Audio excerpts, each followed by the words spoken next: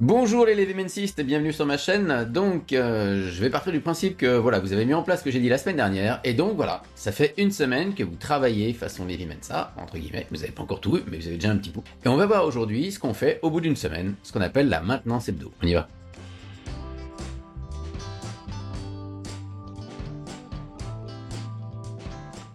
Alors, la maintenance hebdo, c'est quelque chose qu'on connaît déjà dans d'autres méthodes. C'est de toute façon une bonne pratique de toujours faire le point une fois par semaine sur tout ce qu'on a à faire. Dans Levimensa, on va la faire d'une manière particulière qui va contenir trois phases. Trois grandes phases qui contiennent des sous-phases. La première de ces phases, c'est la phase de mise à jour. La deuxième, ça va être la prise de recul. Et la troisième, une remise à zéro. Donc le principe général, c'est arriver à boucler toutes les choses qui sont passées et anticiper un peu ce qui nous arrive dessus de façon à rien laisser traîner et à pouvoir anticiper ce qui nous arrive et être sûr que notre système est à jour. Parce que comme notre système repose sur des listes de prochaines actions, si ces listes ne sont plus à jour, au bout d'un moment, on va plus les utiliser parce que l'inconscient sait que de toute façon, c'est pas vraiment à jour ce truc-là, donc voilà. Et du coup, on va commencer à retravailler à partir de la tête et pas à partir de nos listes, et ça, c'est ce qu'on veut éviter. Donc cette première phase, ça va être de ranger un peu ce qui se trouve autour de nous, de façon à ce que ce soit un peu plus clean. Vous voyez, c'est un peu comme dans les cuisines. Dans les cuisines, en général, avant de commencer à faire à manger, eh ben, on va faire la mise en place, c'est-à-dire qu'on va s'assurer que tout est bien propre, bien rangé à sa place, qu'on peut le trouver facilement sans avoir besoin de le chercher, et que tout ce qui peut être préparé à l'avance va être préparé à l'avance de manière à ce que quand on y est, ben, on n'a plus qu'à travailler. Donc là, très concrètement, ça veut dire quoi? Ça veut dire qu'on va aller fouiller dans ses poches, on va aller fouiller dans les blousons, on va regarder dans les sacs s'il n'y a pas des trucs qui traînent, du style, je sais pas, des notes de frais qu'on n'aurait pas mis au bon endroit, des notes, des choses qu'on a pris, des choses qu'on nous a tendues, des post-it, je ne sais pas. Peut-être que le bureau est un peu en bazar, l'idée c'est de le ranger, de mettre tous les trucs physiques dans la boîte de réception, la bannette, et si vous n'en avez pas, bah, décidez que cet endroit du bureau est l'endroit qui va recevoir tous les trucs qui nécessitent d'être rangés à un moment, de manière à ce que tout le reste soit disponible et clean. L'idée évidemment, c'est que la prochaine fois qu'on va vider nos boîtes de réception, on s'occupera de cette boîte-là, mais on ne va pas le faire maintenant. Pourquoi? Parce qu'il y a des chances qu'il y ait déjà pas mal de choses, et si on se met à vider maintenant cette espèce de pile de choses pour essayer de transformer ça en prochaines actions, on va y passer beaucoup de temps, et c'est pas l'objet de la maintenance. L'objet de la maintenance n'est pas tant de définir les prochaines actions, que d'être sûr qu'on est bien un jour sur celles qu'on a déjà définies avant, et sur ce qui nous arrive dessus. Donc le petit 1, faire le tour de tout ce qui n'est pas à sa place, et tout ranger. Franchement, n'y consacrez pas plus de 5 minutes. Ça doit aller assez vite. En deuxième, on va aller directement maintenant passer toutes les listes de prochaines actions. C'est-à-dire les listes que vous avez créées la semaine dernière, la liste concentration au calme, la liste HS, etc., etc. Toutes ces listes-là. Vous allez lire toutes les prochaines actions qui sont dessus, juste pour s'assurer qu'elles sont bien à jour. Et très souvent, qu'est-ce qui va se passer? Vous allez tomber sur des choses que vous avez faites que vous n'aviez pas notées, donc c'est le moment de les rayer. Vous pouvez tomber éventuellement sur des choses qui sont pas vraiment les prochaines actions, parce que quand vous avez essayé de la faire, vous avez remarqué que vous ne pouviez pas, parce qu'en vrai c'était pas vraiment une prochaine action, il fallait faire des choses avant, vous n'étiez pas au bon endroit, etc. Bref, elle n'était pas bien construite, donc vous la refaites, vous la reconstruisez comme il faut, vous retrouvez son vrai verbe d'action, son vrai détail, sa vraie finalité, de manière à ce que la prochaine fois il n'y ait aucun souci, aucune entrave dans la réalisation de cette prochaine action-là. Et puis si le cas échéant, en rayant une prochaine action qui a été faite, vous savez que la prochaine n'a pas déjà été mise à sa place, bah vous la trouvez et vous la notez. Cette phase-là, pour quelqu'un qui va avoir 150 à 250 prochaines actions, ça doit pas être dépassé 10 minutes. Donc ça, c'était la deuxième phase. Après, troisième phase, on va aller sur notre calendrier. Et là, le calendrier, on va le regarder de deux façons. La première manière, c'est de regarder d'abord le passé pour faire voiture-balai. Et la seconde manière, c'est d'aller regarder ce qui nous se présente dessus pour pouvoir anticiper. Donc le passé, on va regarder la dernière semaine, la semaine passée, peut-être les 15 dernières semaines pour être sûr de rien laisser à la trappe. Et l'idée, c'est juste relire chacun des événements qui se trouvent sur ce calendrier et se poser la question, est-ce que j'ai encore quelque chose à faire là-dessus qui n'est pas déjà dans mon système? Si oui, on rajoute la prochaine action. Sinon, bah, tout va bien, on laisse tomber. Et donc, quand on a fini cette phase-là, sur les dernières semaines, on a fait voiture-balai. Le rendez-vous qui avait été annulé, qu'aucune des deux parties n'avait recommandé, tout d'un coup, on a une prochaine action pour le reprogrammer. Le compte-rendu que j'ai jamais reçu, j'ai une prochaine action pour le demander. Maintenant, on va aller voir les 15 prochains jours. Et dans ces 15 prochains jours, on va aller anticiper ce qui nous arrive dessus, c'est-à-dire que si on voit qu'on a une échéance qui arrive, on va vérifier que tout est bien en place, je suis bien dans les temps, j'ai bien la prochaine action pour avancer là-dessus, etc., etc. Si vous avez envie, vous pouvez voir le mois qui vient pour être sûr de rien en louper et d'être sûr. Et là, c'est pareil. Si je vois qu'il y a une échéance qui arrive et que je suis pas prêt, et ben, je vais réfléchir quelle est la prochaine action, je vais noter ma prochaine action et la mettre dans la bonne liste, et après, je passe à l'élément suivant.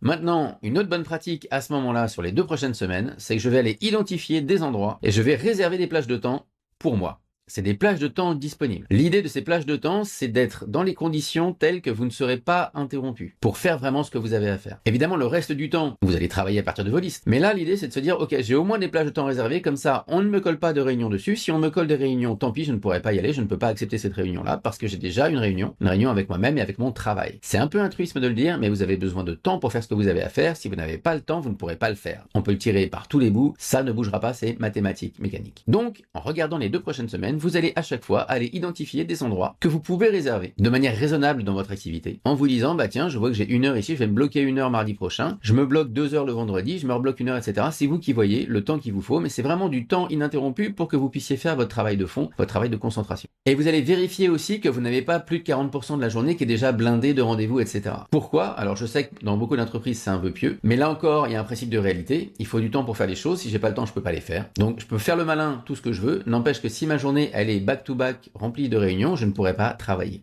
On voit bien les stats qui surgissent maintenant, que les employés envoient 2,5 emails par heure de réunion, et les dirigeants c'est 3,5 emails par heure de réunion. Ça veut dire que ce sont des réunions qui sont pas efficaces, avec des emails qui sont envoyés qui sont pas efficaces non plus, parce qu'on ne peut se concentrer ni sur l'un ni sur l'autre, donc on bâcle les deux, et du coup le travail est moins bien fait, mais on essaie d'avancer quand même. Tout ça pour vous dire, si vous savez que votre journée est déjà pleine à 50% de réunions, ne prévoyez rien d'autre. Simplement parce que c'est juste pas réaliste et vous ne pourrez pas le faire correctement.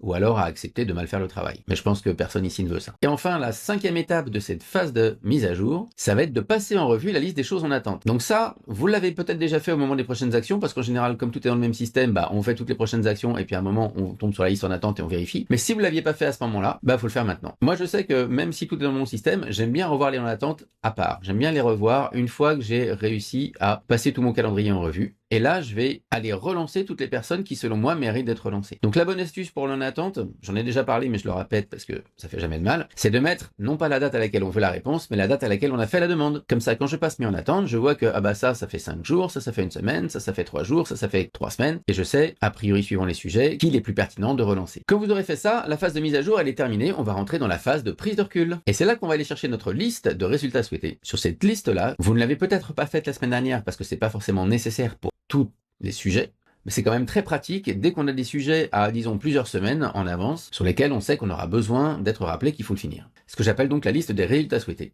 Et sur cette liste des résultats souhaités, l'idée c'est d'aller les regarder, les relire, et simplement s'assurer que c'est bien toujours le résultat qu'on veut, parce que des fois ça change.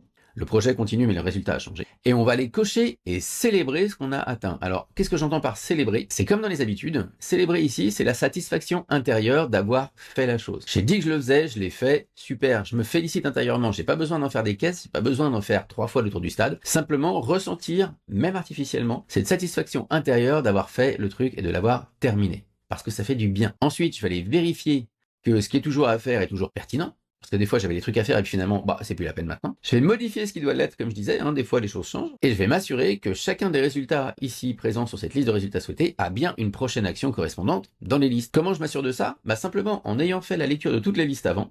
Si maintenant que je lis ma liste de résultats, je tombe sur quelque chose qui n'a pas de prochaine action, ça va me sauter aux yeux. Parce que je vais me dire mais attends, j'ai rien vu juste avant là qui concerne ce sujet-là. Et donc c'est le moment de se rajouter la prochaine action dans la liste qui va bien. Voilà pour l'essentiel de cette phase de prise de recul. Après, on peut ajouter une chose, notamment si on n'a pas l'habitude de fonctionner avec les rôles. Donc, vous vous rappelez de la semaine dernière, les rôles, c'est ce que je vous invitais à écrire sur une feuille séparément, là, au fur et à mesure que vous découvriez des prochaines actions, de vous poser la question, mais finalement, à laquelle de mes responsabilités ce truc-là appartient, auquel de mes rôles, et d'écrire ces rôles-là sur une feuille. Vous pouvez très bien repasser sur cette liste-là pour vous dire, ok, est-ce que c'est à jour? Est-ce que quelque chose a changé? Est-ce qu'il faudrait que j'ajoute des rôles? Est-ce qu'il faudrait que j'en enlève? Est-ce que c'est à peu près bien équilibré, suivant l'équilibre qui, moi, me convient? Et si oui, tout va bien, et sinon, vous faites les modifications qui vont bien. Cette chose-là, au début, c'est bien de s'habituer à la voir à peu près toutes les semaines, parce que les rôles, on n'a pas forcément l'habitude au départ de réfléchir avec ce mode de pensée-là, avec ce filtre-là. Et au bout d'un moment, vous aurez l'habitude et vous verrez que vous pourrez très bien ne revoir ces rôles-là que tous les trimestres, voire tous les 6 mois. Et maintenant, on arrive à la dernière phase, qui est la remise à zéro. Alors, la première étape de cette dernière phase, elle est optionnelle, elle convient pas à tout le monde, mais pour les personnes à qui elle convient, ça marche bien. C'est de se mettre une direction pour la semaine à venir. C'est-à-dire que maintenant qu'on a revu toute notre liste de résultats, c'est de se dire, la semaine prochaine, je mets le focus, je me concentre sur seulement 3 résultats parmi tous ceux que j'ai. Ça veut pas dire que je vais pas faire les autres, je vais quand même les faire, les travailler, etc. Mais ça veut dire que je vais me concentrer prioritairement sur ces 3 sujets-là pour la semaine à venir. Donc je mets ça sur une feuille, sur un Word, sur un post-it près de mon écran,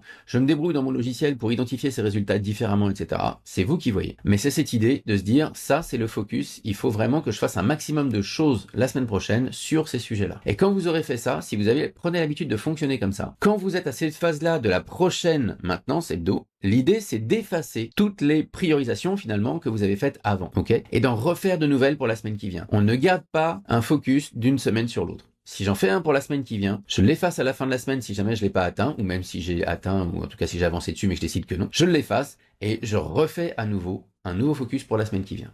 Ok, donc cette phase-là est optionnelle. Encore une fois, pour les personnes qui aiment bien ça, ça fonctionne bien. Moi, je sais que ça m'arrive de le faire. J'aime beaucoup ça. Je le fais pas tout le temps non plus parce que, simplement, la vie, c'est pas tout le temps. Et la dernière étape, et donc la deuxième de cette phase-là, et la dernière étape de toute votre maintenance hebdomadaire, c'est de retourner sur la liste peut-être plus tard pour la passer en revue. Et là, l'idée, c'est de se dire, est-ce qu'il y a des choses sur cette liste-là qui sont toujours pertinentes et que j'ai envie de commencer maintenant? Ou est-ce que je les laisse et reste sur cette liste-là jusqu'à la prochaine tour? Parfois, vous allez tomber sur des choses qui paraissaient des bonnes idées au moment où vous les avez notées et maintenant, en les lisant, vous trouvez ça un peu débile, ridicule, inutile. C'est le moment de les enlever. D'autres fois, vous allez vous dire, mais ça, finalement, maintenant, je peux le faire, je peux commencer. Ça y est, maintenant, j'ai les ressources. Maintenant, c'est le bon moment. Hop, je commence à travailler là-dessus. Et donc, vous allez trouver la prochaine action, la mettre dans vos listes, et puis vous allez créer le résultat correspondant s'il y a lieu. Et la chose peut sortir de votre liste peut-être plus tard. Sinon, si vous n'avez rien à faire de particulier, vous laissez la chose dessus et vous repasserez de toute façon dessus plus tard, ou peut-être ça sera le moment de le faire maintenant. Voilà, vous avez vu les 3 phases de la maintenance hebdomadaire. Tout mouillé, cette maintenance hebdomadaire doit vous prendre 1 heure. Est-ce qu'il vaut mieux la faire en début de semaine, en fin de semaine, au milieu de la semaine? C'est vraiment vous qui voyez. Il y a des gens qui préfèrent le fin de semaine pour boucler la semaine. Il y a des gens qui préfèrent le début de semaine pour justement se lancer dans la nouvelle semaine.